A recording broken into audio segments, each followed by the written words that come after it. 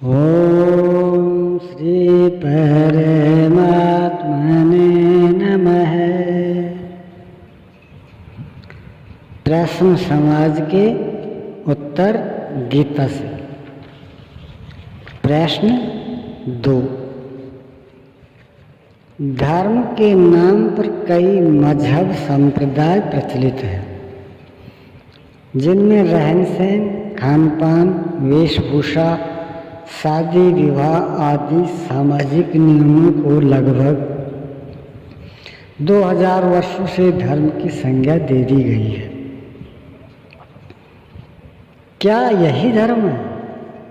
विभिन्न संप्रदायों में कई उप संप्रदाय कैसे बने?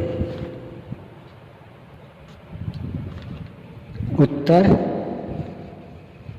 संप्रदाय गुरु घराने के ट्रेडमार्क हैं। वस्तुतः ईश्वर एक है, उसे प्राप्त करने की विधि भी एक ही है। उस नियत विधि से साधन करने से मार्ग में मिलने वाला योगक्षेम एक जैसा, सुविधा एक जैसी मिलती है और उन्हीं प्रभु के संरक्षण में चलते हुए प्राप्ति हुई तो उपलब्धि एक जैसी। उसी अव्यक्त व्याप्त आत्मा का दर्शन और स्थिति। इस प्रकार भगवत पथ में कोई संप्रदाय हो ही नहीं सकता। धर्म के नाम पर आजकल जो अनेकानेक संप्रदाय मजहब फैले हैं, ये सभी गुरु घरानों के नाम हैं। ये उन घरानों के पढ़ाने के तरीके हैं। आदि दूरी तक ये अलग अलग प्रतीत होते हैं, लेकिन जब साधना भगवान के निर्देशन में प्रवेश पा जाती है तो साधना एक, सुविधा एक जैसी, निरीक्षण, परीक्षण और परिणाम एक जैसा ही रहता है।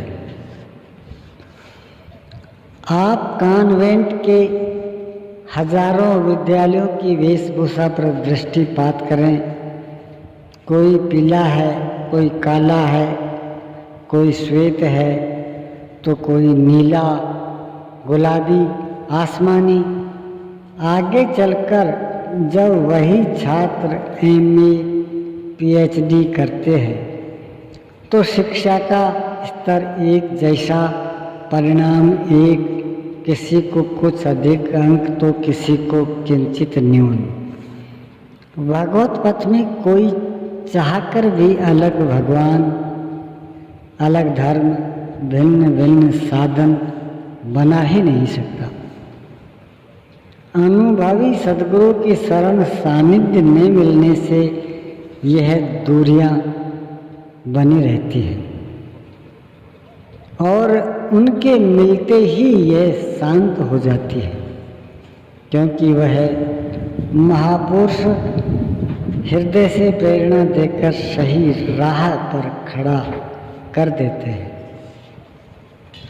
जहाँ तक रहन सहन, शादी विवाह का प्रश्न है, भगवत भक्त को सृष्टि का प्रत्येक कार्य प्रभु में समर्पण करके करना चाहिए। खेत में खुरपी चलाते हो तो समर्पण, अखाड़े में जाते हो तो समर्पण, नौकरी करें, व्यवसाय करें, राजनीति करें, लोहा सुधारें, चमड़ी सुधारें, सोना सुधारें, समर्पण और श्रद्धा के साथ कार्य आरंभ करें। कार्य संपन्न होने पर नमन करें। प्रभु को नमन कर शयन करना, जागने पर नमन करना, चप्पल पहनना, वस्त्र पहनना, अर्थात हर कार्य में प्रभु स्मरण में आते रहे। यही धर्म व्रत है, आर्य व्रत है और सबको ऐसा करना ही चाहिए। विवाह इत्यादि अवसरों पर कर्मकांड और रस्म रिवाजों की भिन्नता का आशय यह नहीं है कि कोई अलग धर्म हो गया। वह अपने अपने ढंग से धर्म को, सत्य को, परमात्मा को साक्षी दे रहे हैं, अन्य कुछ भी नहीं। विविध देशों में प्रभु के समक्ष शब्द और साक्षी बताने के तरीके अलग अलग हैं, किंतु प्रत्येक दिशा में वे प्रभु का ही स्मरण करते हैं। वही व्यक्ति जब साधना के प्रशस्त पथ पर आ जाता है तो सबके लिए एक ही विधान है। जागत में सुमिरन करे, सोवत में लवलाए, सूरत डोर लागे रहे, तार टूट न जाए।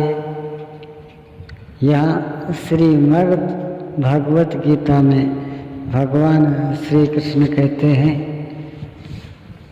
अनन्ये चेतः सततं